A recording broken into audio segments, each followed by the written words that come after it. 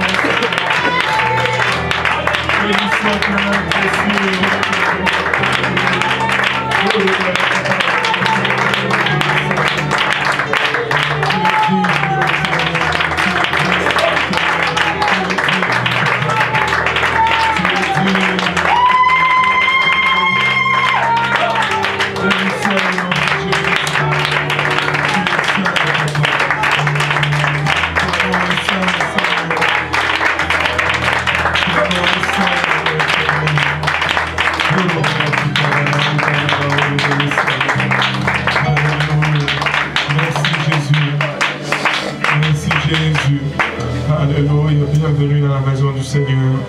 Et sa présence est parmi nous ce matin. On peut sentir cette douce présence du Seigneur encore une fois parmi nous. Alléluia. Et nous voulons entrer dans sa présence aujourd'hui. Amen. Alléluia. Vous pouvez vous asseoir, dites à votre voisin, bienvenue dans la maison du Seigneur. Il neige dehors, mais le Seigneur est digne. Amen. Alléluia. Gloire au nom de Jésus-Christ. Alléluia. Bienvenue dans la maison du Seigneur à ce beau dimanche de Bye Bye hiver. Bonjour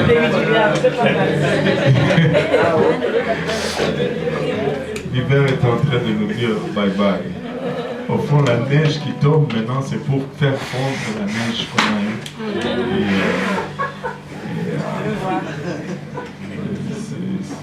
Ne vous inquiétez pas. L'hiver est en train de nous dire au revoir. Amen. Ayez la foi. Vous allez recevoir selon votre foi. Alléluia. Moi, je crois que l'hiver est fini. Alléluia. Qui croit avec moi que l'hiver est fini? Alléluia. Gloire au nom de Jésus. Le Seigneur est bon, n'est-ce pas? Bienvenue dans la maison du Seigneur. Aujourd'hui, c'est un service spécial. Et on a tous les gens qui nous ont dirigés pour la première fois. Yeah, man. Le frère Stéphane a ouvert le service. Amen.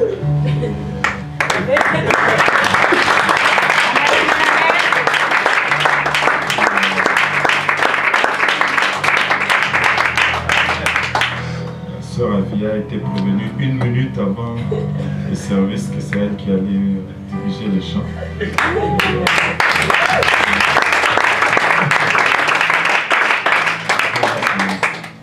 C'est parce que j'ai regardé autour de moi puis je me suis dit en tout cas c'est pas moi qui va diriger le chant.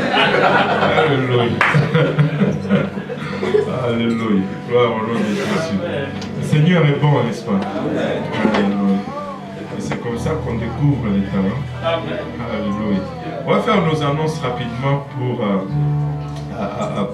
la semaine qui commence. D'abord, nous voulons rendre grâce à Dieu pour une autre semaine extraordinaire. Le lundi soir, nous avons eu 3 baptêmes d'eau et un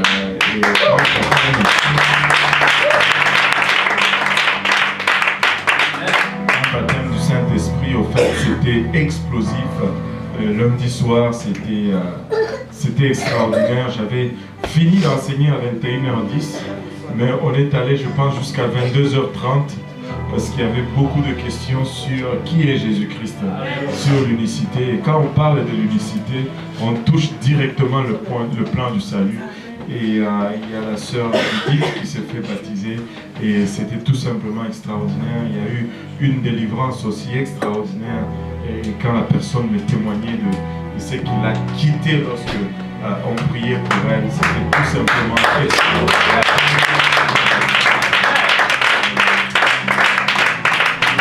Dieu est en train de faire de grandes choses.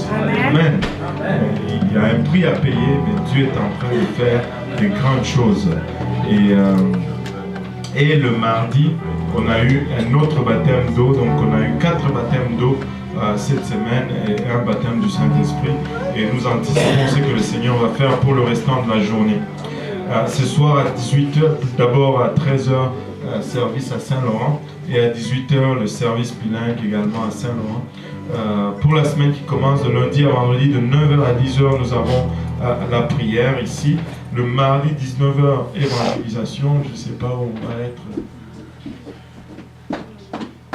C'est la prière? Ah oui, c'est la semaine de prière, j'ai oublié. Oui, c'est déjà le 30 aujourd'hui. Le mois finit le 30. Je pense qu'on va faire la chaîne de prière, ça va être plutôt la semaine prochaine. Ça commence lundi. Ouais, parce que ça commence de lundi à mercredi. Ok, de lundi à jeudi. Donc, la prière commence lundi soir à minuit. Elle va aller jusqu'à jeudi soir à minuit. Donc, mardi, on va être à l'église pour la prière. Amen. Il n'y aura pas d'évangélisation. Et le jeudi, plutôt le mercredi, on n'aura pas de service le mercredi. Le service du mercredi, on va l'avoir le jeudi soir. Parce qu'il y aura un prédicateur spécial, le frère Gordon Mallory va être là. Donc on va prendre congé mercredi soir. Regarde ton voisin, dis-lui, mercredi soir c'est congé. Parce qu'on ne va pas avoir service mercredi soir, jeudi soir. Dis à ton voisin, mercredi soir c'est congé. Donc le service de mercredi, on va l'avoir le jeudi. Amen. Hein? Et donc jeudi, on n'aura pas service également ici. On va tous être à Saint-Laurent et on va écouter le frère Gordon Mallory. Et je vous garantis que ça vaut la peine. Allez écouter cet homme de Dieu. Il a été missionnaire aux Philippines et vous allez aimer sa prédication. Il a vraiment un don d'exhortation, il a vraiment un don d'encouragement. Si vous êtes découragé, allez-y. Si vous n'êtes pas découragé, allez-y parce que vous allez être découragé et ça vous servira pour quand vous allez être découragé. Amen. Alléluia. Gloire vraiment de Jésus-Christ. Et donc, jeudi soir, tout le monde à Saint-Laurent. Amen. Et le vendredi, bien sûr, de 19h30, réunion de prière pour les dames francophones ainsi que les services pour le tout petit. Et le vendredi également, 19h, service à Montréal-Nord et ainsi que J. Péniel ici. Je pense que ce n'est pas encore Purpose Institute. Purpose Institute, c'est quelle semaine encore? Le 14. Voilà. Donc J. Péniel ici. Et moi, si j'étais jeune, je viendrais à J. Péniel le vendredi. Amen. Alléluia. Et le samedi, de 19h à 21h, réunion de prière à Saint-Laurent. Les hommes prient dans le sous-sol et les dames à l'étage. Elles finissent dans le sanctuaire tout de suite après le service espagnol. Et les travaux avancent à l'église de l'Est. Nous sommes presque en train de finir le sous-sol. Presque, je pense que 80% des murs sont déjà montés. Et je pense qu'on a 40% du plafond qui est déjà fait. Et nous avançons bien. Nous allons finir le sous-sol cette semaine. Et nous allons nous attaquer au rez-de-chaussée. Et si vous pouvez, faites un tour. C'est encourageant de voir les gens qui font un tour. Hier, on a eu de la visite et ça nous a fait du bien. Alors qu'on était en train de travailler là. Passer, amener un café, c'est bon. Alléluia. Et vu que les délais commencent à être très serrés, il nous reste seulement 4 semaines avant de déménager. Et pour cette semaine, je vais suspendre mes études bibliques durant la journée. Je vais garder seulement l'étude biblique le lundi soir. Les études bibliques qui se font le soir, je vais les donner. Je veux pousser un peu les travaux à l'Est, donc je vais être à l'Est toutes les journées, du matin jusqu'au soir. Si vous voulez une étude biblique, venez à l'Est, on va la faire pendant qu'on travaille. Amen. Et voilà, parce qu'il faut qu'on finisse. Parce qu'on ne veut pas avoir le service chez la sœur Avia un dimanche. On va pas être, il n'y a pas assez de place. C'est le seul lieu entre ici et la nouvelle église. Alléluia. Voilà. Donc c'est ça le programme. Et aussi nous sommes vraiment bénis. L'entrepreneur qui est en train de faire les escaliers et tout, il nous a demandé, il nous a posé une question comme ça jeudi. Il nous dit, qu'est-ce que vous allez faire avec la porte de garage? On lui a dit, non, on va juste la baisser et puis on va enlever le mécanisme, ça va rester comme ça. Il dit, pourquoi vous ne faites pas un mur? On lui dit, mais parce que ça prend de l'argent pour faire le mur et on n'a pas, ça ne rentre pas dans nos budgets pour le moment. Et il fait une pause de 2 minutes à peu près. Il nous dit, si vous achetez le matériel, moi je vais vous construire le mur gratuitement. Et,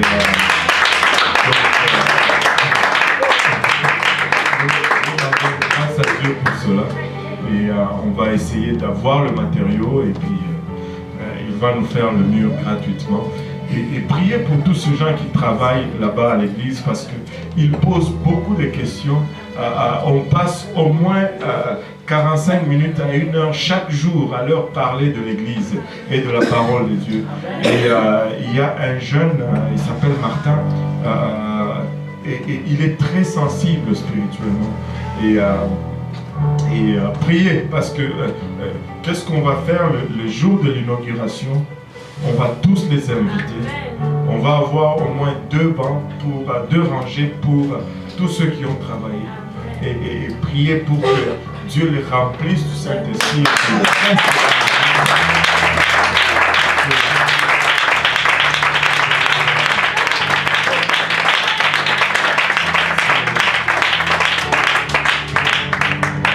Dieu a mieux à leur donner que ce que eux ils donnent à Dieu.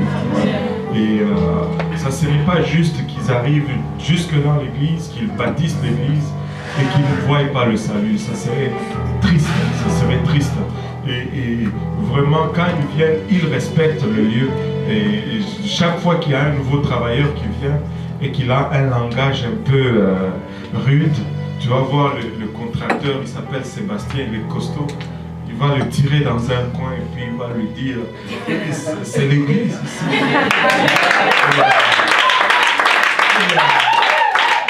Et tu vas voir, il va revenir, son langage va changer. C'est extraordinaire. C'est extraordinaire. Et c'est vraiment extraordinaire. Il pose beaucoup de questions. Et c'est bien. Nous voulons voir cela fait. Il y a trop de coïncidences dans cette construction. L'électricien était là un jour, après avoir travaillé, il nous dit, il va voir une de ses clientes. Il va voir sa cliente, il me dit, oh, je suis en train de faire des travaux dans une église. Ils ont acheté un bâtiment qui était un magasin de meubles. Et puis sa cliente lui dit, mais je connais un des pasteurs qui va dans cette église. Il travaille avec moi chez Hydro-Québec. C'est une collègue du frère Serge.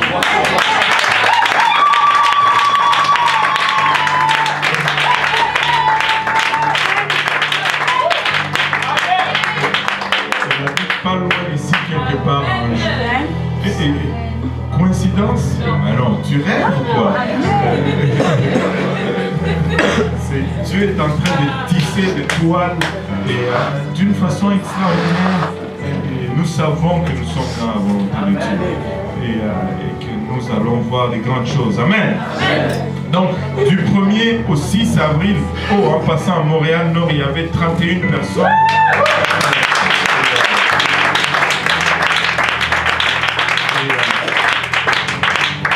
4 personnes qui ont commencé une nouvelle étude biblique et 7 tout simplement extraordinaire. Du 1er au 6 avril, semaine de la jeunesse, les jeunes de NCC vont être là. J'espère qu'ils vont venir planter quelques clous avec nous. Et le 20 avril, le dimanche de Pâques, n'oubliez pas, le dimanche de Pâques, invitez quelqu'un à l'église. Invitez quelqu'un à l'église. Regarde ton voisin, dis-lui, invite quelqu'un pour Pâques.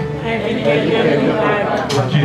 Je sais qu'on va être ici, mais là, on risque vraiment de pratiquer cela.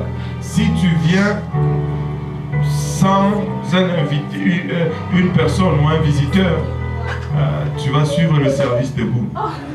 Parce que de toute façon, il n'y aura pas assez de chaises. Amen. Amen. Amen. Alléluia. De toute façon, il n'y aura pas assez de chaises. Et donc, nous voulons avoir au moins 70 personnes ici le jour de Pâques. Amen. C'est possible, non? Amen. Donc, si seulement c'est côté qui est d'accord.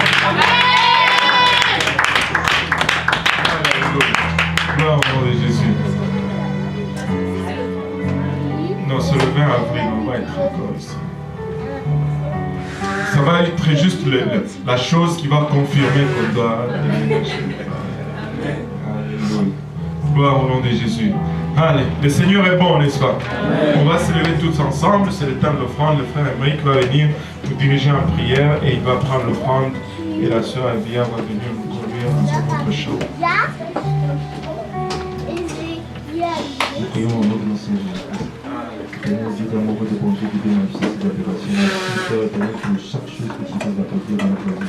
Nous sommes infiniment reconnaissants, Seigneur Jésus, c'est toi qui veilles sur nous jour après jour, qui nous donne ton souffle de vie encore ce matin, Seigneur, et qui nous fait la grâce, Seigneur Jésus, de nous présenter ici malgré le mauvais temps, Seigneur mon Dieu, mon roi. Béni soit ton nom, viens en ce moment où, Seigneur Jésus, nous retournons une infime partie de ce dont tu nous as bénis, de les recevoir, Seigneur Jésus. Sanctifie-les, Seigneur Jésus, et que ça serve, Seigneur Jésus, à l'avancement de ton œuvre ici, et partout ailleurs, au Québec, au nom puissant de Jésus. Nous disons au nom de Jésus. Au nom de Jésus. Alléluia. Que le Seigneur vous bénisse alors que vous donnez généreusement.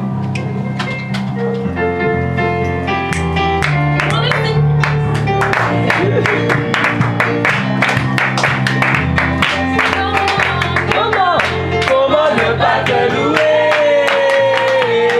Comment ne pas te louer?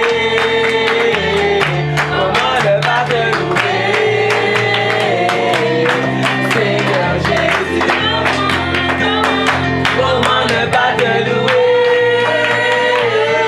Comment ne pas te louer? Comment ne pas te louer? Seigneur Jésus.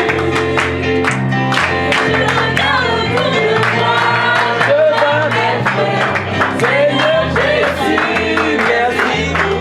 Comment ne pas te louer? Seigneur Jésus. Comment ne pas te louer?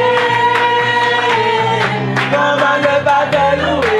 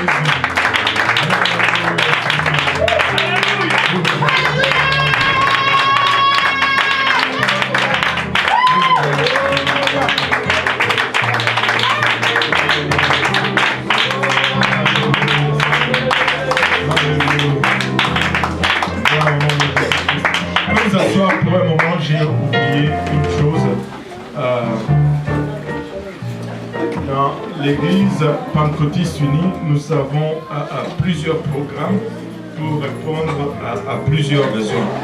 Et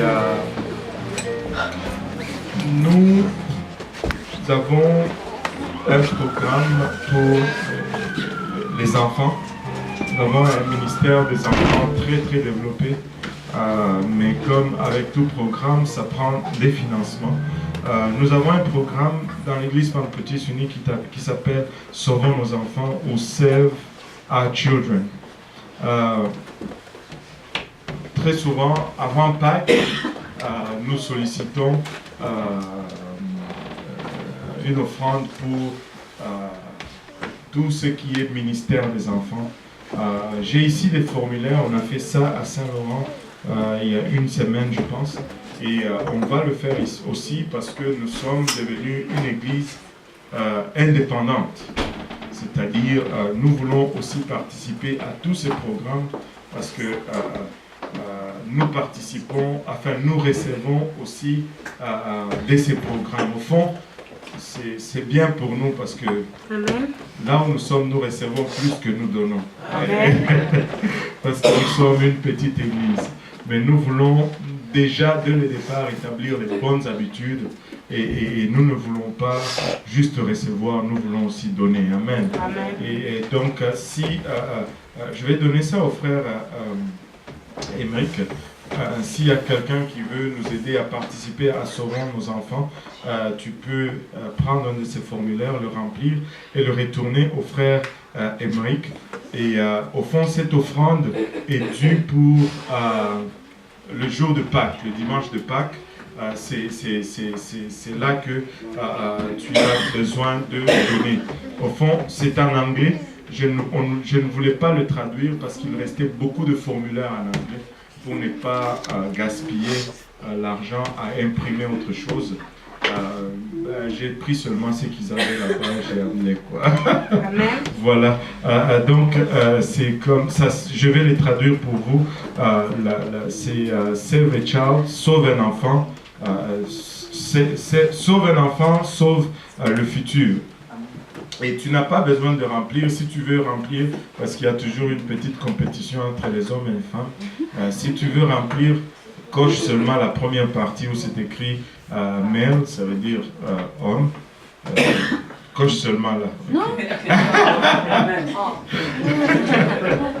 Mais nous, à l'Est, on ne doit pas faire cette compétition. Donc, ce n'est pas nécessaire de remplir cela. Ça dit 2014. S aussi, c'est pour Save Our Children, nous sauvons nos enfants. L'offrande pour Sauvons nos enfants. Et ça dit My personal commitment, ça signifie mon engagement personnel. Ça dit I will pray for every children to be saved. Je vais prier pour que tous les enfants soient sauvés. I will pray for every Sunday school teacher. Je vais prier pour tous les enseignants de l'école du dimanche, pour tous les travailleurs du ministère d'évangélisation francophone, plutôt des enfants, et pour leur onction et la sagesse. Et je vais démontrer ma foi en Dieu et mon amour pour les enfants en donnant généreusement à l'offrande Sauvons nos enfants. Et je vais faire un investissement de il y a le signe de dollar. Tu écris le montant que tu veux donner là et au programme Sauvons nos enfants à travers mon église locale. Là, tu écris ton nom, tu écris les noms de ton église. Pour ici, c'est l'église, tu peux écrire EPU de l'Est de Montréal. Et puis la ville, c'est Montréal. Et puis tu remets cela au frère Émeric qui va nous assurer de collecter cela. Amen. Et au fond, nous avons eu le comité de l'évangélisation d'Amérique du Nord qui s'était réuni ici à Montréal. Je sais que nous avons été approuvés pour être supportés ou soutenus par la mission nord-américaine. Nous allons recevoir un montant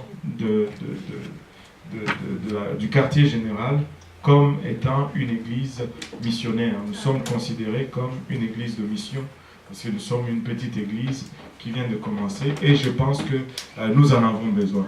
Et aujourd'hui, nous donnons, cette année, nous avons donné ici à l'Est $780 pour la mission nord-américaine. Mais nous allons recevoir, je crois, plus que ça, peut-être même 10 fois plus que cela. Et donc nous rendons grâce à Dieu pour cela. Mais un jour, nous allons aussi donner pour que d'autres églises soient plantées ailleurs. Amen. Et c'est ça le principe. Amen. Mais nous voulons établir cette habitude dès le départ. Et aussi, je voulais vous rappeler vos engagements pour les missionnaires. Nous soutenons déjà 2 missionnaires, nous soutenons le frère Sali et le frère Apenali. Donc, aidez-nous à soutenir ces missionnaires-là régulièrement parce que nous avons un peu oublié ces derniers temps. Amen. Alléluia. Premier dimanche du mois. Alléluia. Gloire au nom de Jésus. Que le Seigneur nous aide. Alléluia. Le Seigneur est bon, n'est-ce pas? Donc on va se lever tous ensemble et on va accueillir notre prédicateur aujourd'hui. C'est pas moi qui prêche ici aujourd'hui, c'est le frère Serge et je sais qu'il a cherché la face de Dieu. Et il va dire ce que Dieu lui a mis à cœur. Hier, on était dans la réunion de prière. Il a commis l'erreur de me dire que pour une fois, il a pu faire une sieste l'après-midi et ça lui a fait du bien. Et moi, j'ai dit, c'est bien. Parce que vu que tu as dormi un peu le jour, tu peux veiller un peu plus le soir, n'est-ce pas?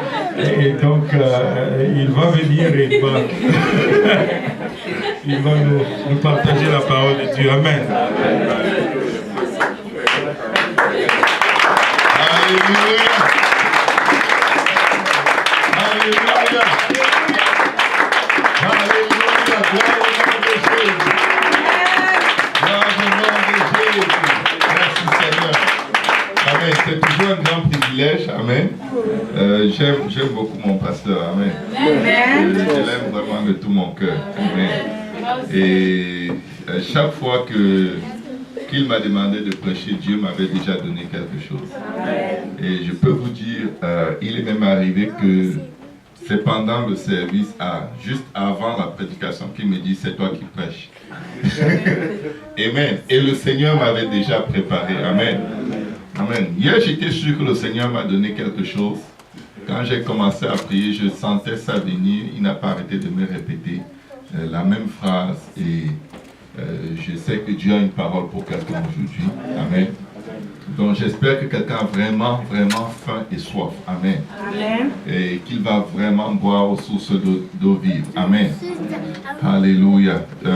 Je bénis le Seigneur pour ma femme qui m'aide beaucoup avec mes enfants. Amen. Amen.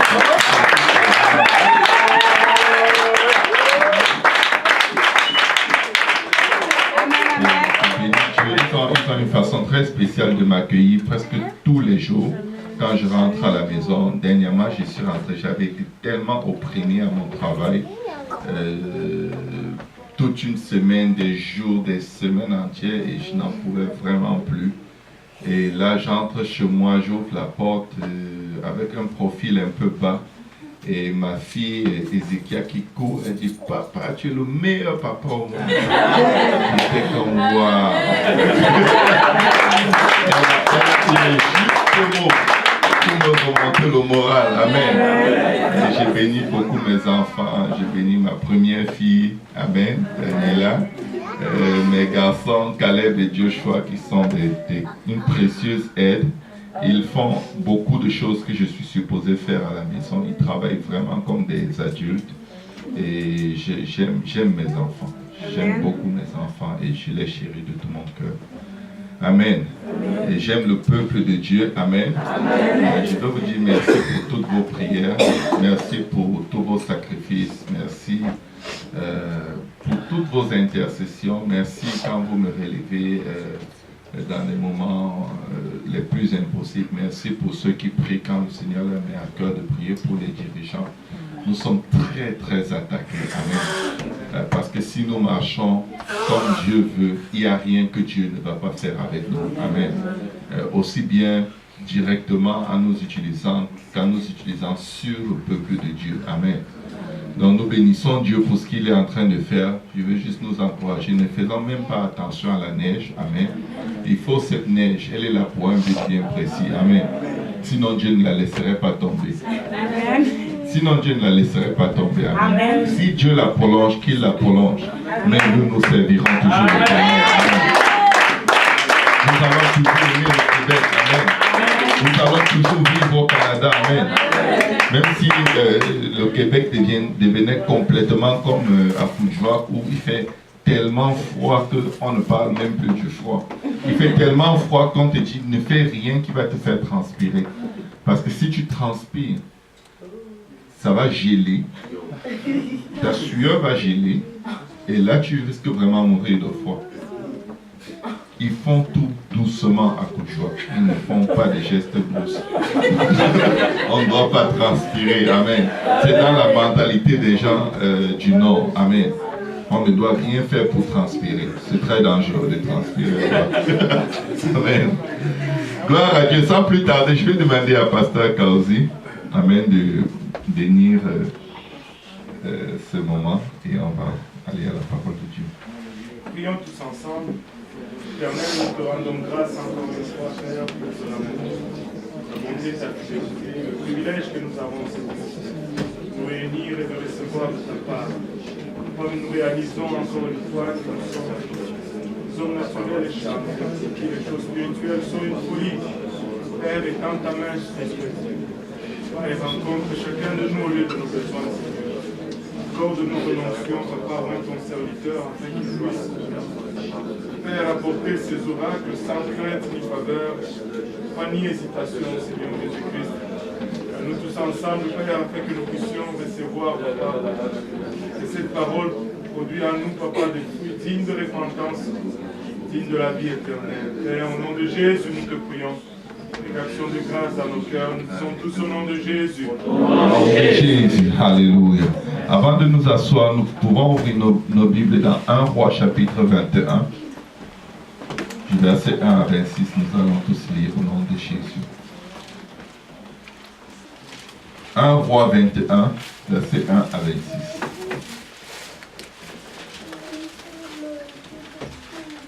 Si tout le monde y est, que quelqu'un dise Amen. Amen. 1 Roi 21, verset 1. Après ces choses, voici ce qui arriva. Naboth de Jizréel avait une vigne à Jizréel. Amen. À côté du palais d'Akab, roi de Samarie. Et Akab parla ainsi à Naboth. Cède-moi ta vigne pour que j'en fasse un jardin potager, car elle est tout près de ma maison. Je te donnerai à la place une vigne meilleure, ou si cela te convient, je te payerai en valeur d'argent. Mais Naboth répondit à Akab, que l'Éternel me garde de te donner l'héritage de mes pères. Akab rentra dans sa maison triste et irrité, à cause de cette parole que lui avait dit Naboth de Jizréel. Je ne te donnerai pas l'héritage de mes pères. Et il se coucha sur son lit, détourna le visage et ne mangea rien. Jézabel, sa femme, vint auprès de lui et lui dit, pourquoi as-tu l'esprit triste et ne manges-tu point? Il lui répondit, j'ai parlé à Naboth de Jizréel et je lui ai dit, cède-moi ta vigne pour de l'argent, ou si tu veux, je te donnerai une autre vigne à la place. Mais il a dit, je ne te donnerai pas ma vigne. Que quelqu'un dise bébé là. Alors Jézabel, sa femme, lui dit, est-ce bien toi maintenant qui exerces la souveraineté sur Israël? Lève-toi, prends de la nourriture et que ton cœur se réjouisse. Moi je te donnerai la vigne de Naboth de Jizréel. Et elle écrivit au nom d'Akab des lettres qu'elle scella du sceau d'Akab et qu'elle envoya aux anciens et aux magistrats qui habitaient avec Naboth dans sa ville. Voici ce qu'elle écrivit dans ces lettres. Publiez un jeûne placez Naboth à la tête du peuple et mettez en face de lui 2 méchants hommes qui déposeront ainsi contre lui. Tu as maudit Dieu et le roi, puis menez-le dehors, lapidez-le et qu'il meure. Les gens de la ville de Naboth, les anciens et les magistrats qui habitaient dans la ville agirent comme Jézabel le leur avait fait dire, d'après ce qui était écrit dans les lettres qu'elle leur avait envoyées. Ils publiaient un jeûne et ils plaçaient Naboth à la tête du peuple. Les 2 méchants hommes vinrent se mettre en face de lui, et ces méchants hommes déposèrent ainsi devant le peuple contre Naboth. Naboth a maudit Dieu et le roi. Puis ils le menèrent hors de la ville, ils le lapidèrent et il mourut. Et ils envoyèrent dire à Jézabel, Naboth a été lapidé, il est mort.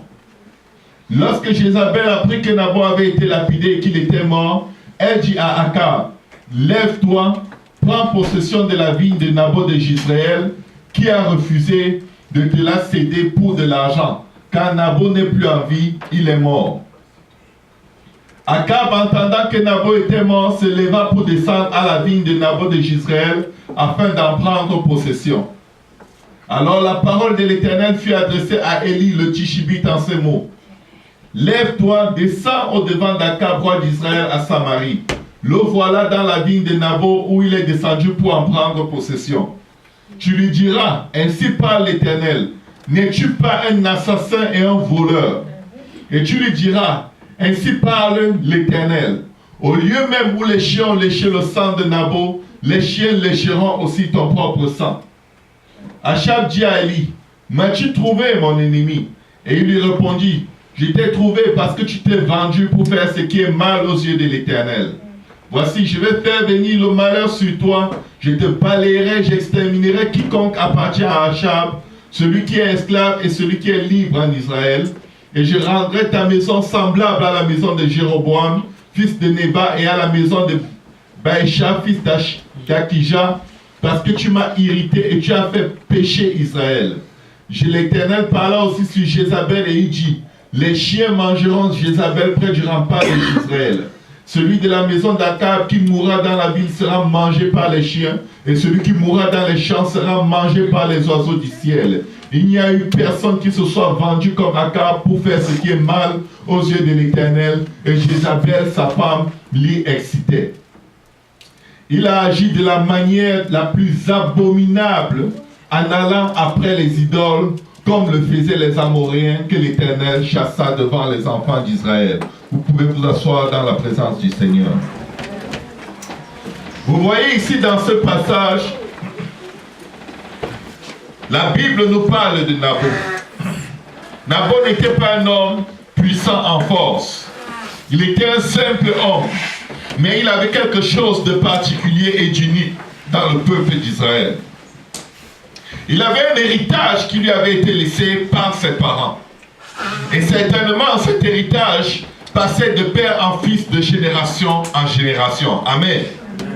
Alors, un jour, le roi, qui convoite tout ce qu'il voit, vient le voir et il lui dit, verset 2,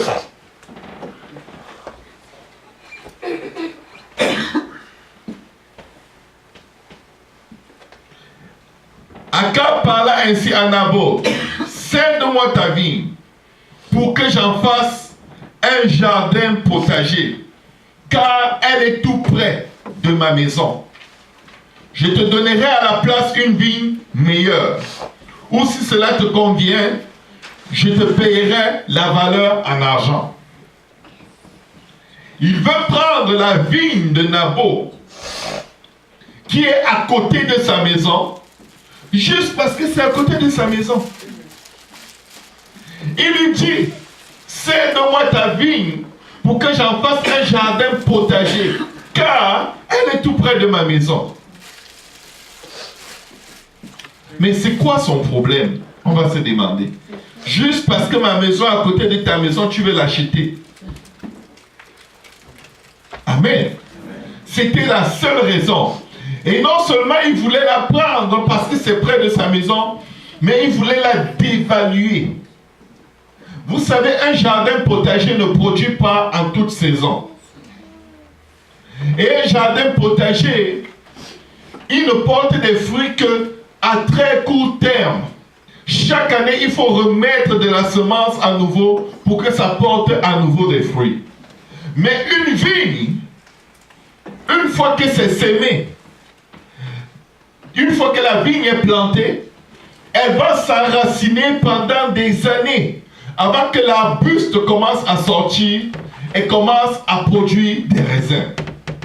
Mais une fois qu'elle commence à produire, elle va produire pendant des siècles. Il veut prendre un héritage qui peut durer pendant des siècles pour en faire un jardin potager, quelque chose de décoratif. Je peux vous garantir que le roi n'avait pas besoin de tomates, il n'avait pas besoin de fruits. Mais juste pour embellir l'entourage de sa maison, il va prendre un héritage de génération en génération qui vaut plus que toutes les richesses que Nabot et ses pères aient déjà pu posséder. Un héritage qui était capable de faire vivre toute une génération. Chaque année, elle allait automatiquement porter des fruits, assez de raisins pour être vendus et entretenir la famille de Nabot. Mais le roi dit, je veux, c'est ça que je veux.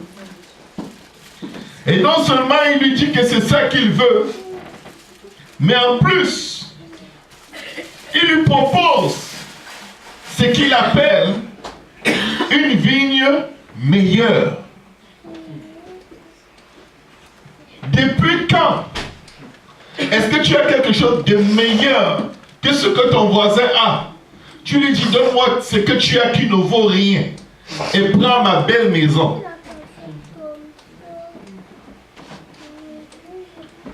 Donne-moi ton jardin, il est laid, il est moche, il ne sert à rien. Je vais te donner un plus beau jardin. Je vais te dire une chose, quand tu as quelque chose que quelqu'un convoite, c'est que ça vaut mieux que tout ce que cette personne a. Quand tu as quelque chose que quelqu'un convoite, c'est parce que il a découvert la valeur de ce que tu as. Amen. Amen. La Bible nous dit ceci. Il lui dit, je te donnerai une vigne meilleure. Ou si cela te convient, je te paierai en valeur d'argent. Il veut lui faire miroiter que ce qu'il a, c'est rien. Ça ne sert à rien. C'est juste décoratif. La preuve, il va en faire un jardin potager. Et qu'il y a une meilleure façon, un meilleur jardin, une meilleure vie, plus belle, certainement plus large, mieux située. Amen. Mais que quelqu'un dise, mon héritage, c'est mon héritage. Mon héritage, c'est mon héritage. Et je ne le change contre rien. Je ne change contre rien. Amen. La Bible nous dit ceci. Nabot répond au roi. Et qu'est-ce qu'il lui dit au prochain verset? Que l'Éternel, il appelle Dieu dans cette affaire. Il dit que l'Éternel me garde. Il ne compte pas sur lui. Mais il dit, Seigneur, protège mon cœur, que je ne me laisse pas séduire. Amen. Parce que non seulement il me propose quelque chose de plus grand, de plus beau, mais en plus il me propose même de l'argent. Amen. Amen. Mais il dit que l'Éternel me garde de donner l'héritage de mes pères. Tu es ton voisin, que l'Éternel te garde. Amen. Amen. Dieu, quand il a créé toutes choses, il avait créé des anges au ciel. Les anges sont appelés à l'existence dans la présence de Dieu. Et ils voient Dieu, ils voient la gloire de Dieu. Ils sont oints de puissance et de force, d'autorité, capables de faire plein de prodiges. De tout ce que Dieu a créé, ce sont les êtres les plus puissants après Dieu qui ait jamais été créé. Mais je vais vous dire une chose. Satan était au ciel. Personne ne l'a tenté avec le péché. Il a péché. Personne ne lui a tendu un piège. Il n'avait même pas un tentateur pour le provoquer. Pour lui dire, si tu essaies de prendre la place de Dieu, tu vas y arriver. Personne ne l'a séduit. Mais il s'est séduit. Et on se demande comment cela est-il arrivé. Mais je vais vous dire comment cela est arrivé. Il a commencé à développer une grande estime de ce qu'il était. Et il a développé un manque d'estime de ce que Dieu lui avait donné. Et c'est la combinaison gagnante pour tomber. Amen. La Bible dit que Dieu nous a créés à son image selon sa ressemblance. Mais ce qui arrive très souvent, c'est que l'ennemi, il va venir nous suggérer des pensées qui sont contraires à ce que Dieu a pour nous. L'ennemi va venir nous suggérer que tu n'as pas besoin de cette sainteté. Tu n'as pas besoin de la paix. Tu dois juste être joyeux. Non, pas joyeux, heureux. Amen. Parce que la joie vient de Dieu. Le bonheur vient des circonstances. Amen. La Bible nous dit ceci. Dieu désire que nous marchions dans la sainteté parce qu'il est saint. Amen. Et la justice, la paix et la joie, nous les recevons dans le Saint-Esprit. Mais parfois, nous avons la justice, la paix et la joie dans le Saint-Esprit. Et on s'ennuie. On s'ennuie. On ne valorise pas la liberté que nous avons dans le Seigneur. Et Satan vient te montrer que tu n'en as pas besoin. Tu n'as pas besoin d'être si strict. Mais il sait que quand il te regarde et il voit ta sainteté, il se souvient de la sainteté dans laquelle il était quand il était dans la présence de Dieu. Et quand il regarde ta sainteté, il est jaloux. Il t'envie. Et il vient, il te propose une autre façon d'être saint que la sainteté que Dieu t'a donnée. Et il te dit, l'homme regarde seulement à l'apparence. Dieu regarde au cœur. Donc sois seulement saint dans ton cœur. Tu peux faire tout ce que tu veux de ton apparence. Parce que je vais vous dire une chose. Au ciel, les anges avaient tous l'apparence de la sainteté. Ils savent ce que signifie être saint, même dans ton apparence. Et ce qu'ils convoitent, c'est de détruire d'abord ta sainteté dans l'apparence. Amen. Il sait que ta sainteté est comme cette vigne qui rend témoignage de Dieu, de l'aptitude de Dieu à changer la vie de quelqu'un. Parce que les gens qui te connaissaient dans une apparence pervertie auparavant, quand ils voient la nouvelle apparence que tu as revêtue, ils se disent, il y a vraiment quelque chose qui se passe dans la vie de cette personne. Ta sainteté est comme une vigne qui va rendre témoignage de l'aptitude de Dieu, de te transformer de toi qui étais peut-être une prostituée avant. Ta façon de te revêtir témoigne que Dieu peut transformer les prostituées en saints serviteurs de Dieu. Amen. Toi qui étais voleur avant, ta façon de parler, ta façon de mettre chaque mot, chaque chose à sa place, ta façon de dire la vérité, même quand tu risques d'être condamné par les hommes, témoigne que Dieu est réel. Parce que cette personne, on la connaissait comme étant un maître de mensonge. Amen. Et plusieurs générations peuvent être influencées par ton témoignage. Parce que tu permets à Dieu de te faire marcher dans la sainteté de Dieu. Amen. Dieu témoigne par ta sainteté apparente que Dieu peut délivrer les drogués de la drogue. Amen. Tu ne vas pas dire que tu as cru, tu fumes toujours, mais ta sainteté elle est à l'intérieur. Même si tu tires un joint, c'est pas bien grave. Dieu connaît ton cœur. Amen. Mais parce que tu ne tires plus de joint, parce que tu ne fumes plus, quelqu'un qui fume et qui n'arrive pas à lâcher dit, c'est sûr que si je me tourne vers le Dieu que celui-là sert, ce Dieu va faire pour moi ce qu'il a fait pour lui. Amen. Ta sainteté apparente est comme une vigne et tu n'as aucune idée du nombre de générations que ça va influencer. Il y a des gens qui sont sur le point de tomber. Il y a des gens qui sont sur le point d'abandonner. Mais parce qu'ils te voient persévérer un jour de plus, ils se lèvent et disent, je vais me battre encore. Je vais me battre encore. Il y a quelqu'un qui garde bien sa vigne, que Dieu lui a donné par sa parole. Et moi, à cause de son témoignage, à cause de sa persévérance, je vais me battre, mais cette fois-ci, je vais me battre en restant près de cette personne. Amen. Amen. L'ennemi déteste quand tu témoignes de Dieu. La Bible nous dit ceci. Dieu est capable de qualifier ce que le monde a disqualifié. L'évangile que Dieu t'a donné est une vigne.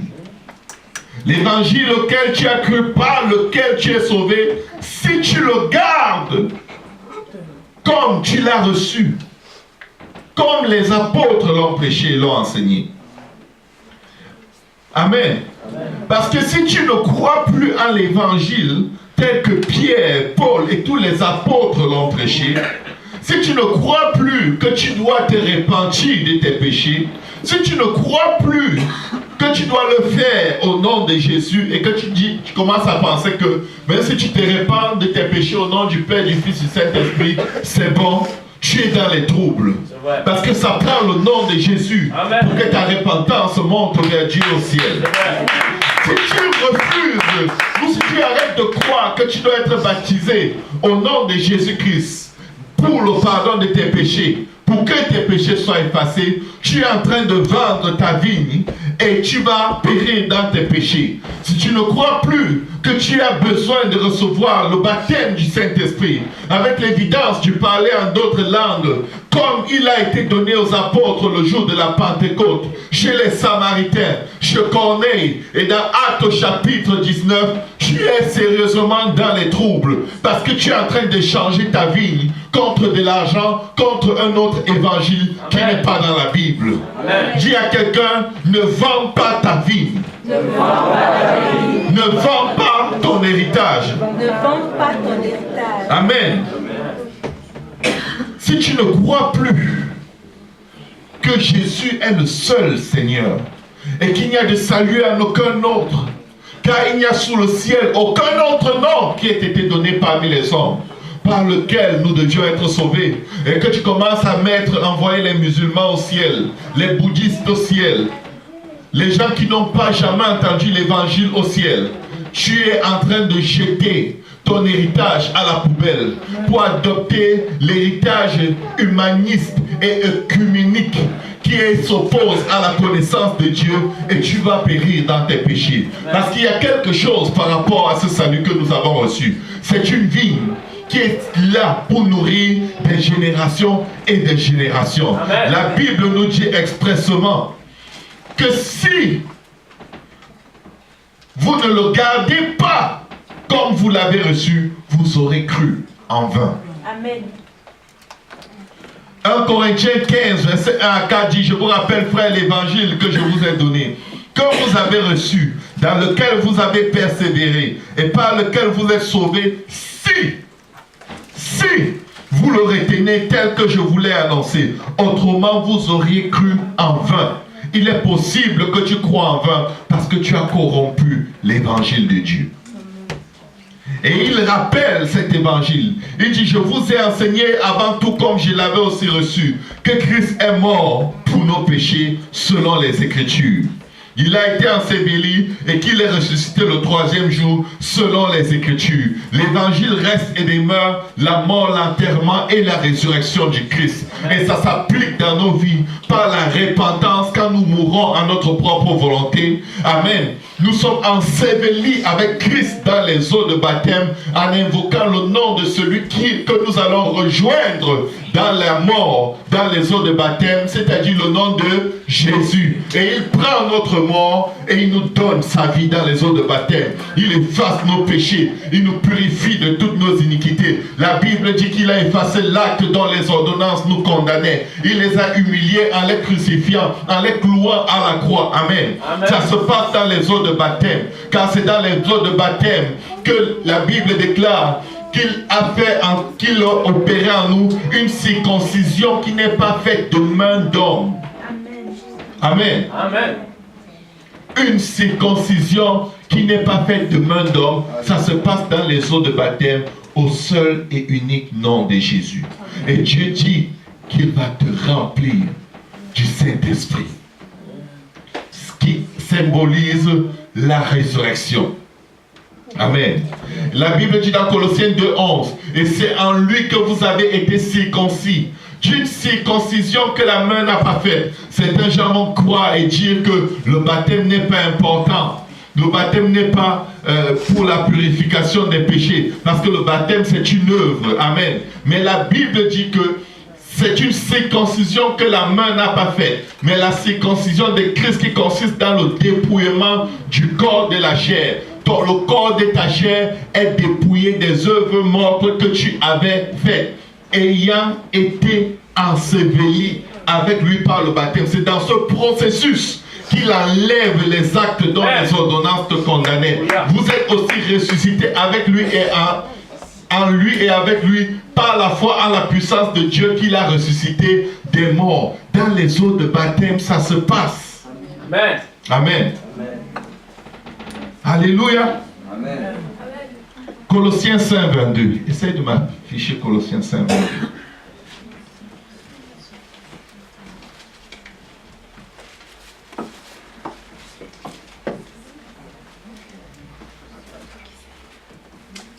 Non, c'est plutôt Galates 5, 22, pardon.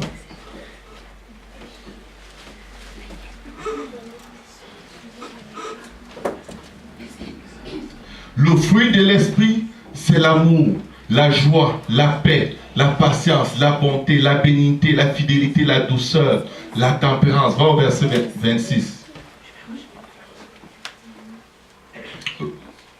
Verset 23, pardon. La loi n'est pas contre ces choses. Ces choses sont les fruits de ta vigne que tu es supposé porter dans le Seigneur. Mais l'ennemi vient. Il te dit, je vais te donner une vie meilleure, qui s'appelle les œuvres de la chair. Amen. Il te dit, tu sais, tu n'es pas assez bien comme tu es. Tu sais, si tu ne te fais pas un piercing, ton apparence est bizarre. Il faut que tu rajoutes quelque chose sur ton visage. Il faut que tu te maquilles un peu pour que ton apparence fasse du sens. Dieu n'a pas été juste envers toi. Il t'a défavorisé. De sorte que si tu ne te maquilles pas un peu, tu es juste moche. Mais dis à Satan, je ne changerai pas ma beauté. C'est l'art de Dieu. Je suis formé à son image, selon sa ressemblance. Et Dieu dit de moi que je suis une merveilleuse créature. Je n'ai ni besoin de poudre ni de crayon sur mon visage. Parce que je vais te dire quelque chose, Satan. Tu sais que le jour où je mettrai cette poudre et ces crayons sur mon visage, dans la présence de Dieu, quand le Saint-Esprit va tomber sur moi, je vais devoir me retenir de peur que mes larmes coulent et que ça me défigure parce que je me suis masqué. Quand il te propose les maquillages, c'est parce qu'il veut te voler la présence de Dieu. Il ne veut pas que tu te lâches dans la présence du Saint-Esprit et que Dieu opère à toi des choses merveilleuses que la main de l'homme ne peut pas faire. Il veut voler ta vie et que quelqu'un dise, je ne vendrai pas ma vie. Il veut échanger ton apparence contre une apparence sexy. Tu es en train de t'habiller pour aller à l'église. Il dit, il faut que tu sois sexy. Sexy. pour venir dans la maison de Dieu. Tu veux séduire qui? Dieu? Le Saint-Esprit? Tu es sexy, pourquoi? Sexy? Tu veux mettre en évidence tes atouts sexuels. C'est ça, être sexy. Quand quelqu'un te dit que tu es sexy, t'es insulté. Oh, tu es sexy? Non. Tu dis, oh, de moi, Satan. Oh, de moi, Satan. Tu insultes. Tu es sexy. Amen. La malheureuse, elle est là. Ok, merci. On vient de t'insulter. Jésus. Alléluia. Tu sais, à l'église, Dieu nous a délivrés des attraits sexuels. C'est le dernier endroit où tu devrais venir étant sexy. Ça ne sert à rien ici. Nous sommes des délivrés, des rachetés, des purifiés, des sanctifiés. Et même si on a des faiblesses, Dieu travaille encore en nous. Pourquoi veut-il nous donner ce que Dieu a enlevé? Dieu n'a pas besoin des gens sexy dans sa maison. La modestie est une vie que Dieu t'a donnée. Il la change contre rien. Ne change pas ta modestie contre quoi que ce soit. Il dit, je vais te donner des vêtements plus beaux. Et je vais même te donner de l'argent pour te les acheter. Et tu crois qu'il te donne de l'argent, il t'a donné une carte de crédit. Satan est un menteur, le père du mensonge. Il veut que tu changes l'évangile de Dieu. Parce que dans l'évangile, il y a la vie éternelle. Il te dit, écoute, toujours prêcher au nom du baptême au nom de Jésus. Les gens ne vont pas venir dans ton église. Parle un peu de la prospérité, des signes et des miracles. Dis aux gens, donnez, vous allez recevoir. Parle de l'argent. C'est ce que les gens aiment. Ça attire les gens. Tu auras une grosse église. Écoutez, mes frères, mes sœurs, ayez une pensée comme celle qui était en Christ. Si quelqu'un veut être mon disciple, qu'il porte sa croix et me suive. Plus de 5000 personnes l'ont abandonné. Il a demandé aux 12 qui restaient. Vous faites quoi? Vous ne partez pas. On n'est pas venu supplier les gens. On est venu offrir la vie éternelle que nous avons reçue. Ne suppliez pas les gens. Ne les suppliez pas. Donnez-leur le salut. Donnez-leur le salut. Exhortez-les. Priez pour eux. Mais donnez-leur ça comme Dieu vous a donné. Dites-leur, tu dois te repentir. Je n'ai pas besoin de te supplier pour que tu te fasses baptiser au nom de Jésus. Tu dois être conscient que tu es en train de mourir dans tes péchés. Tu es en train de mourir dans tes péchés. Il faut que tu te fasses baptiser au nom de Jésus. Parce que si cette personne n'est pas consciente et le fait juste pour te faire plaisir, elle a fait sans la foi. Elle entre un pécheur mouillé. Au nom de Jésus, elle reçoit un pécheur mouillé.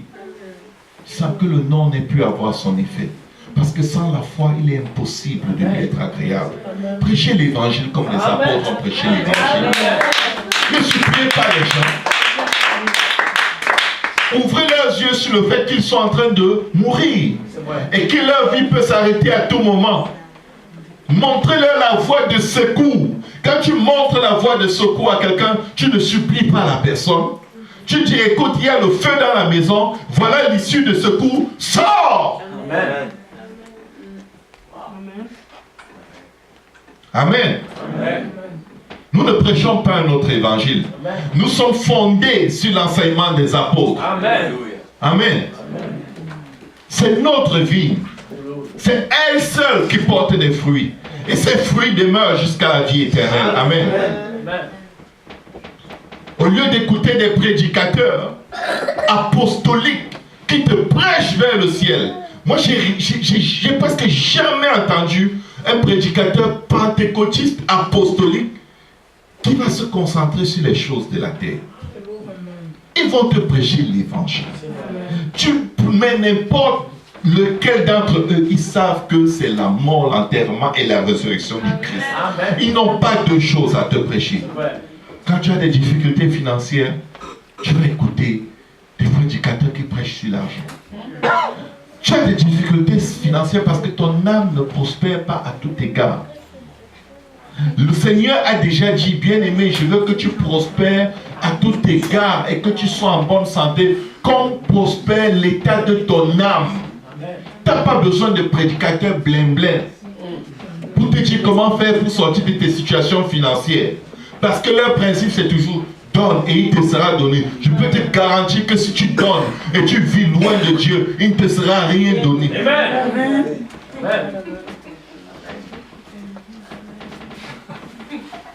On n'est pas dans une cotisation. Amen. On n'est pas autour de quelqu'un de nous.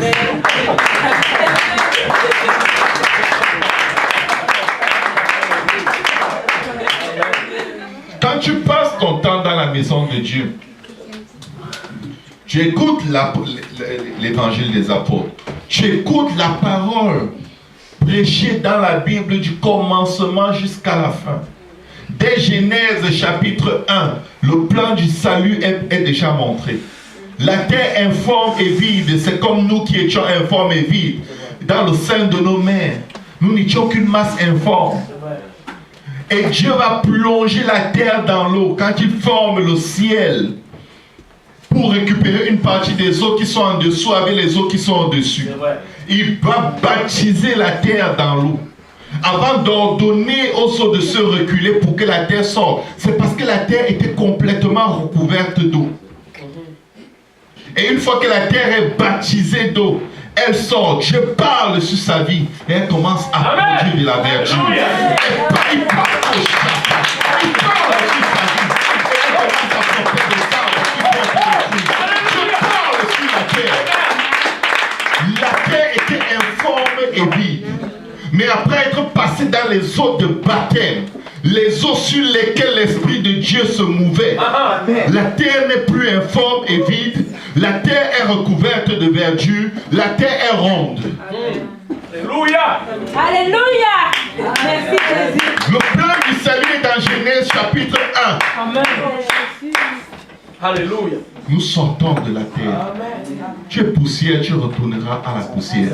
Mais tu sais quoi, quand tu sors poussière, il dit répands-toi de tes péchés et sois baptisé au nom de Jésus-Christ pour le pardon de tes péchés. Et alors que tu permets à Dieu de parler sur ta vie, il parle sur ta vie, tu commences à porter des fruits. C'est le même principe.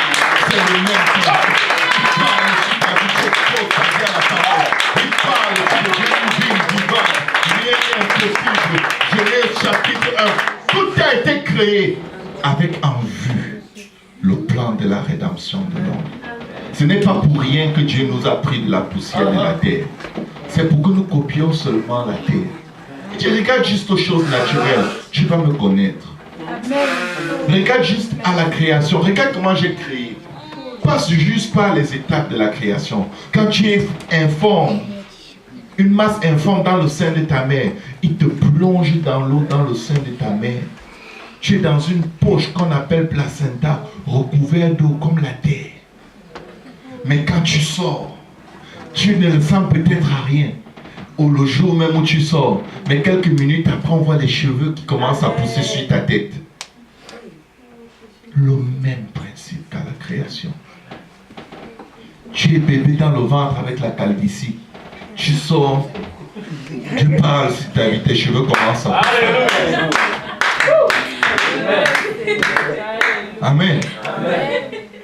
Quand tu écoutes ces prédicateurs de prospérité et d'argent ici et d'argent là-bas, c'est comme quand tu manges dans la maison de tes parents du riz et du haricot. Tu n'as jamais de problème avec.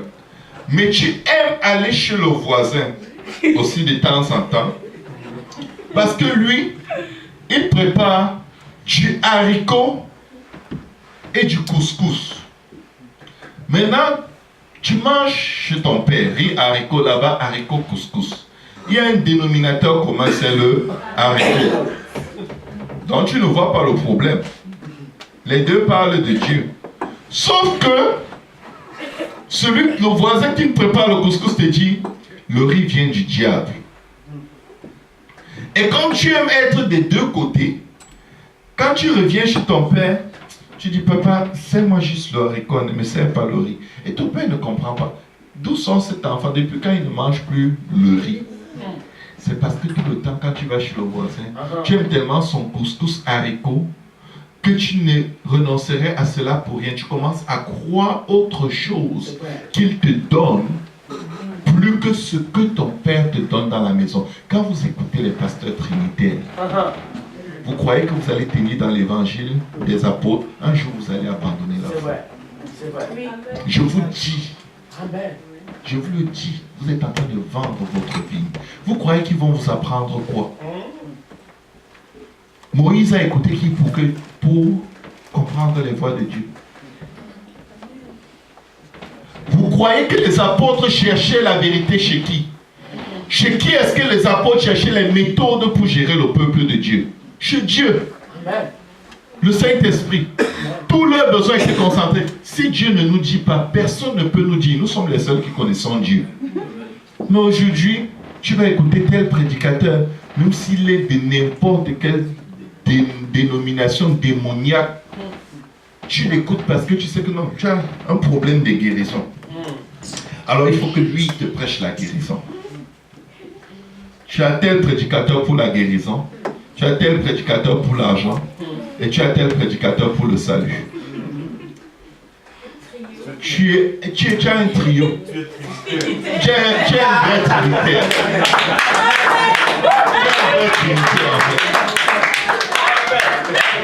Tu es un trinitaire. Le pire chez toi, quand tu fais ça, c'est que si tu rencontres quelqu'un qui n'a pas le message du salut, mais tu dis qu'ils ont le message de la guérison, tu ne vas jamais leur donner le message du salut. Jamais. Tu vas vouloir rester en bon terme avec eux.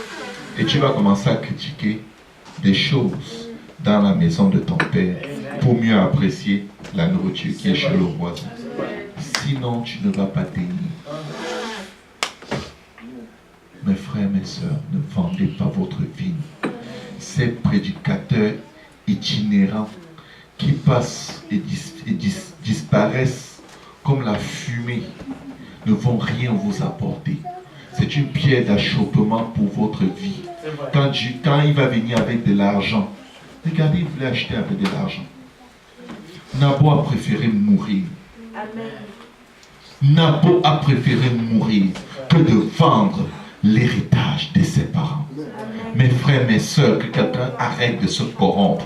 Arrêtez de vous corrompre. Vous n'aurez pas la foi qu'il vous faut avoir dans les temps difficiles. Si vous passez le temps à vous nourrir sur toutes sortes de tables. Vous n'allez jamais voir un témoin de Jéhovah laisser un apostolique entrer chez lui donner la parole de Dieu. Mais vous laissez les témoins de Jéhovah entrer chez vous. Vous voulez les gagner. Ils entrent avec leurs esprits, avec leurs légions de fausses doctrines.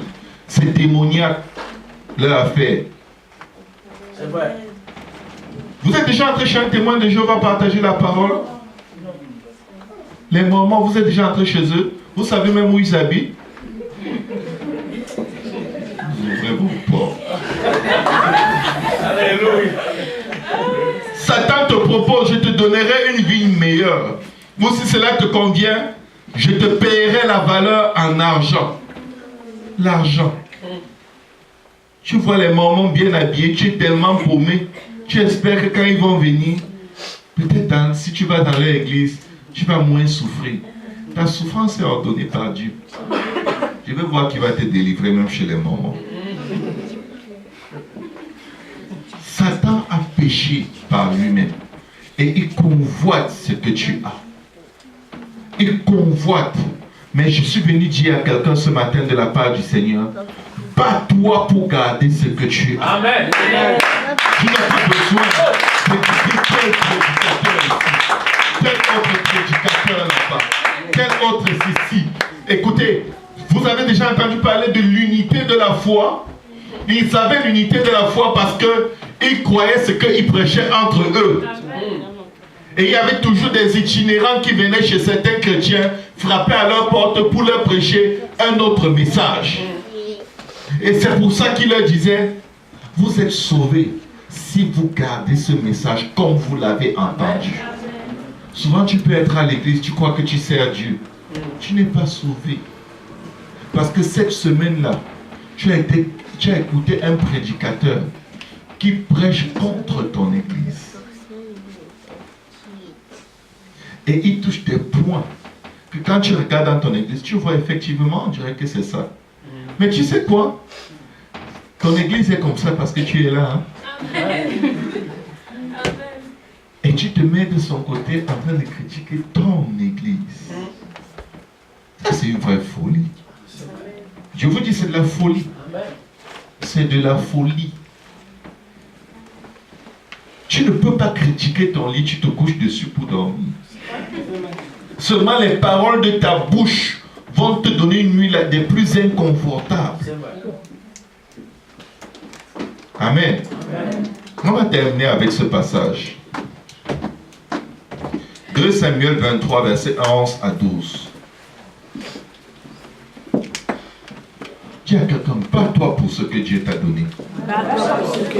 Écoute, si Dieu t'a donné un travail, ne te laisse pas intimider à ton travail pour quoi que ce soit. C'est Dieu qui te l'a donné. Si Dieu t'a inscrit à l'université pour faire des études, ne marche pas à l'université avec un profil bas. Quand un professeur veut t'opprimer, tu entres en prière avec son nom et tu le corriges dans la prière. Tu massacres l'esprit qui se cache derrière lui pour t'opprimer. Parce qu'il a peur que tu restes à cet endroit où Dieu t'a mis et que tu gagnes des âmes pour le Seigneur là-bas. Dieu ne fait rien pour rien. Dieu ne fait rien pour que nous soyons dans une zone de confort. Quand Dieu te met quelque part, c'est parce qu'il y a des âmes à gagner. Et tu dois te battre pour conserver ce territoire que Dieu t'a donné. 2 Samuel 23. Amen. 2 Samuel 23, verset 11 à 12. La Bible nous dit ceci. Après lui, Shama, fils d'Agé d'Aram, les Philistins s'étaient rassemblés à Léchi. Il y avait là une pièce de terre remplie de lentilles. Et le peuple fuyait devant les Philistins.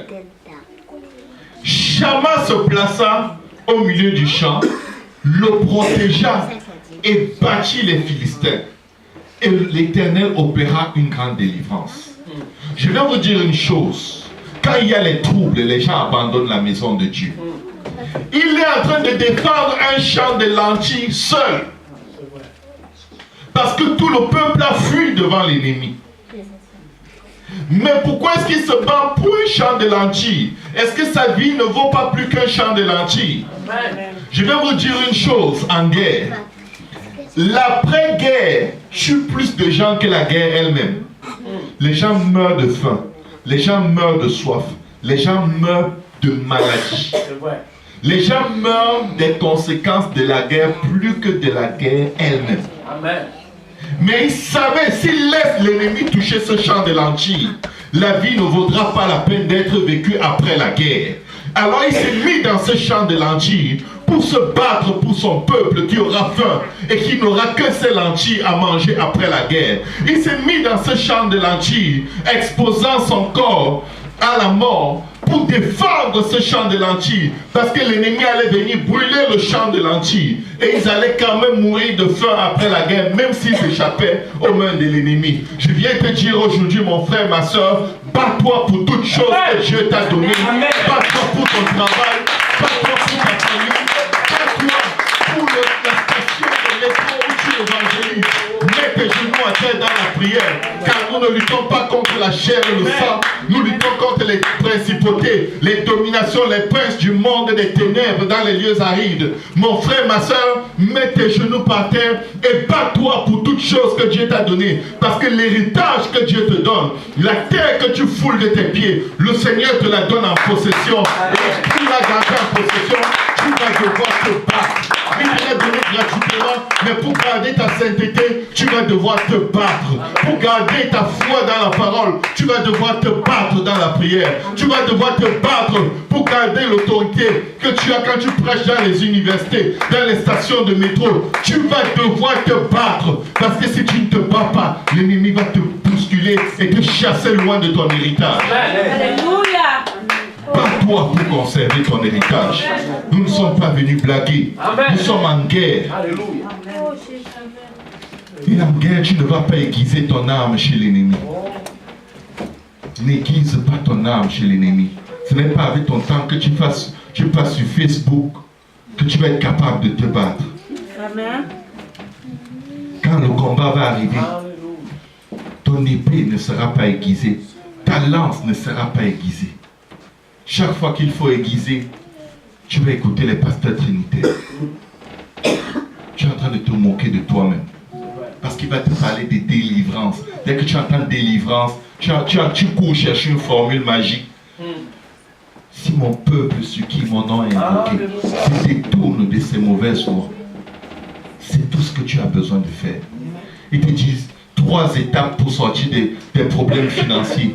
7 méthodes pour ne plus avoir la souffrance. Lui-même il souffre. Tu achètes son livre et tu achètes même pour partager. J'ai lu ce livre, il est vraiment bon. Ça a changé quelque chose dans ta vie. Non, Dieu va faire. Même sans le livre, Dieu va faire. Détourne-toi de tes mauvaises voies. Humilie-toi, cherche sa face. Prie. Et te répondra du haut des cieux et guérira ton pays. Bats-toi pour ton héritage. Bats-toi pour ton héritage. Et pour mieux se battre pour ton héritage, ne regarde pas l'héritage d'autrui. Amen. Que Dieu vous bénisse.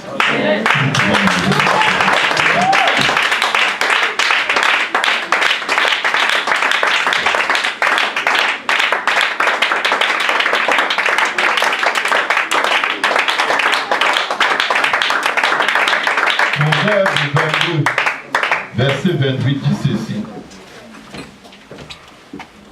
Proverbe 22, 28 nous dit cette parole. Ne déplace pas la borne ancienne que tes pères ont posée. Ces petits déplacements qu'on fait vers les pasteurs trinitaires pour avoir les méthodes de prospérer ici, d'avoir un miracle là-bas. Vous jouez avec la borne, mais la Bible dit que celui qui ouvre une brèche se fera mordre par le serpent. Parce que vous allez écouter ces messages, ils les prennent où? Ils les tirent des versets bibliques. Mais je vais vous dire une chose, l'orgueil et l'esprit de délusion avec lequel ils prêchent va aussi vous laisser leur empreinte. Leur vie sans sainteté va marquer une empreinte sur vos âmes. Et vous allez être étonnés comment vous faites tout pour vous battre contre tel péché, mais vous vous retrouvez toujours dans ces péchés.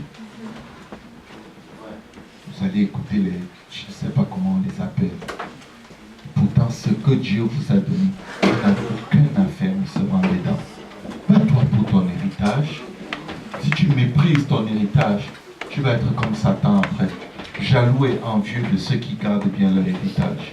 Tu vas les détester, les calomnier, souhaiter qu'ils tombent dans le péché. Parce que Satan avait un héritage absolu. Mais il a méprisé. Et aujourd'hui, il regrette.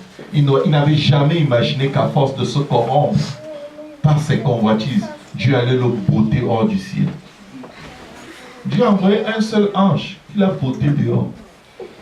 Il croyait qu'il va être Dieu, et alors qu'un ange le bat.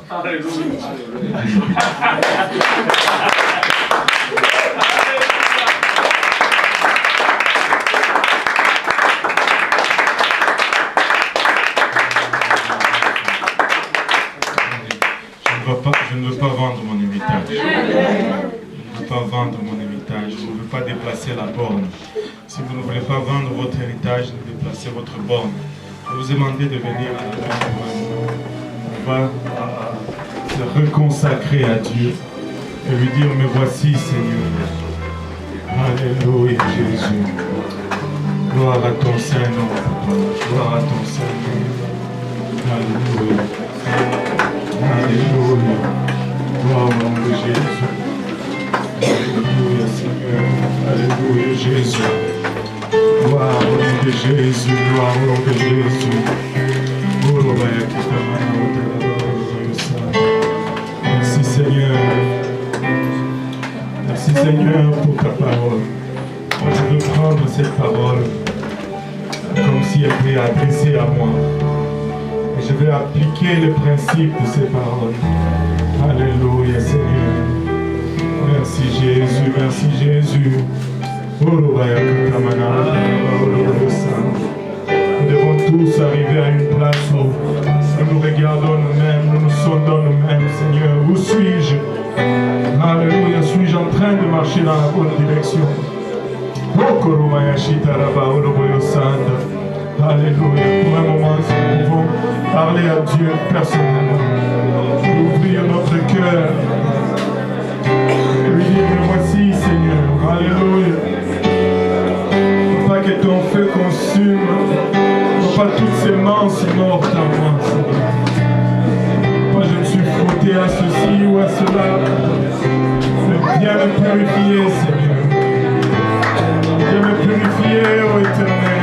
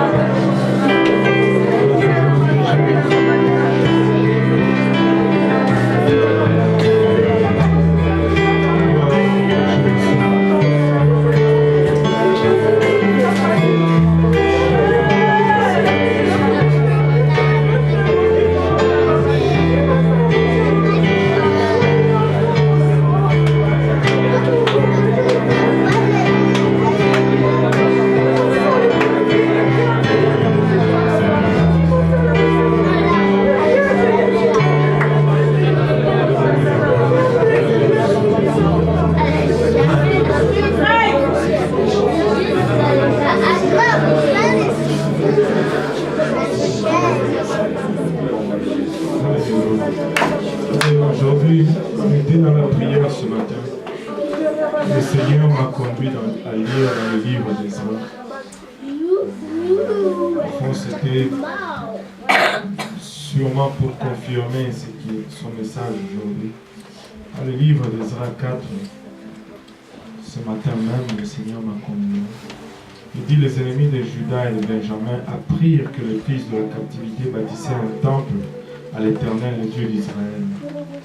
Ils vinrent auprès de Zorobabel et des chefs de famille et leur dirent, nous bâtirons avec vous. Ils veulent bâtir avec le peuple de Dieu. Et des fois nous pouvons dire, ah oui, nous sommes tous un, bâtissons ensemble. Et il continue en disant, car comme vous, nous invoquons votre Dieu. Et nous lui offrons des sacrifices depuis les temps de Sargon, roi d'Assyrie, qui nous a fait monter ici. Moi, je ne comprenais pas pourquoi le Seigneur me disait là. Mais écoutez la réponse de Zorobabel. Mais Zorobabel, je suis, et les autres chefs de famille d'Israël leur répondirent, ce n'est pas à vous et à nous de bâtir la maison de notre Dieu. Nous la bâtirons nous seuls.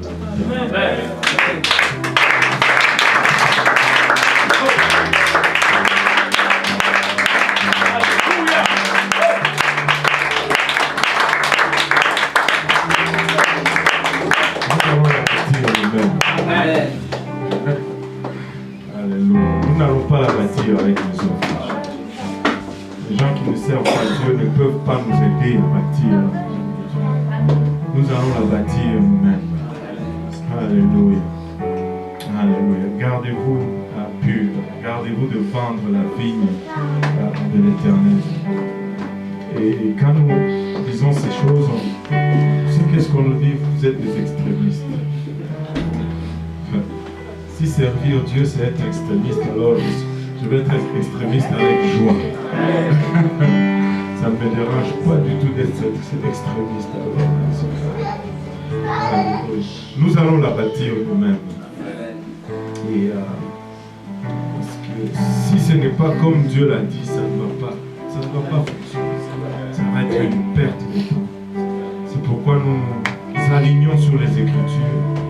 Et nous y demeurons, nous restons. Peu importe ce qui se fait à gauche, à droite, notre part c'est dans la parole. Notre part c'est dans la parole. Alléluia. Battons nos mains pour le Seigneur.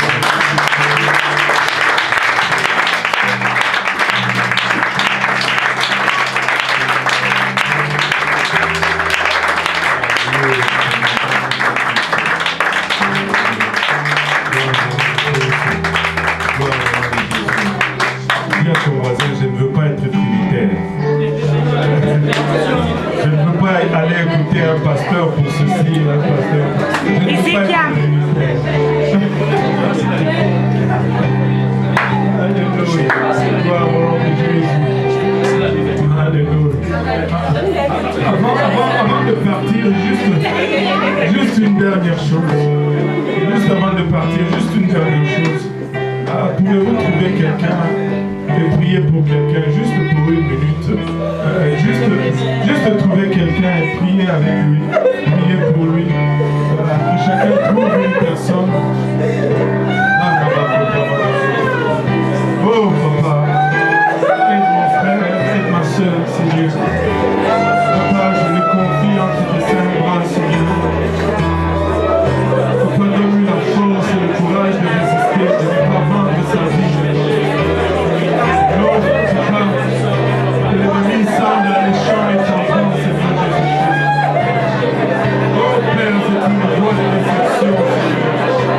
Papa, il y a un chemin qui paraît droit à l'homme.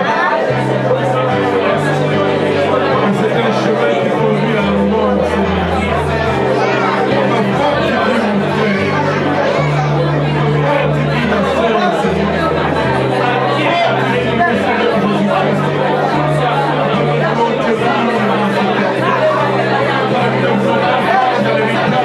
Père,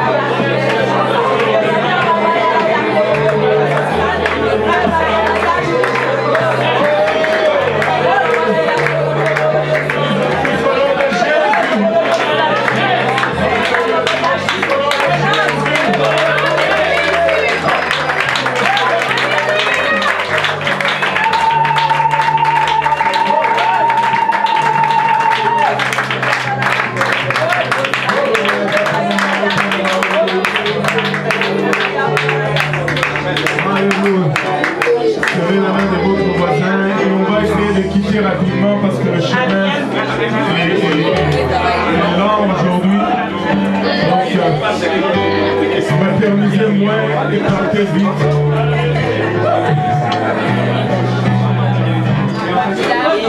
Fraternisez-moi